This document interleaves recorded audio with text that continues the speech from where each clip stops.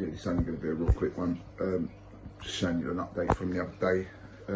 That's with the other female as well. I'm just changing out. I always keep spares for most of my pairs. I always keep a backup female, and because after a while it gets too much with it.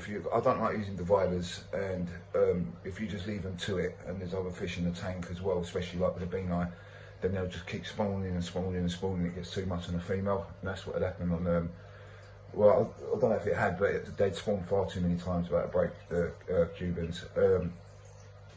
So yeah, I had to put him in with a different female this time. But yeah, they're doing all right. They're in there now. You can see the unfertilised ones around the top of the hole where she's in. But yeah, in there, it's just more little fry growing out.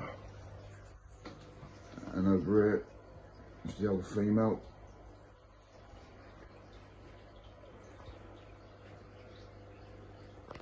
And in here, probably hiding, I'm guessing, down the side of that sponge filter. Oh, might be somewhere else for a change. It's parked itself up right underneath, but yeah, you can see the little flaviolus floating out. This is that little custom tank. I'm going to be getting rid of this. I'm going to be getting rid of a couple of tanks actually, but yeah, other than that, it's just my really, other than that, yeah, it's the bean eye. It's my little favourite keeper here.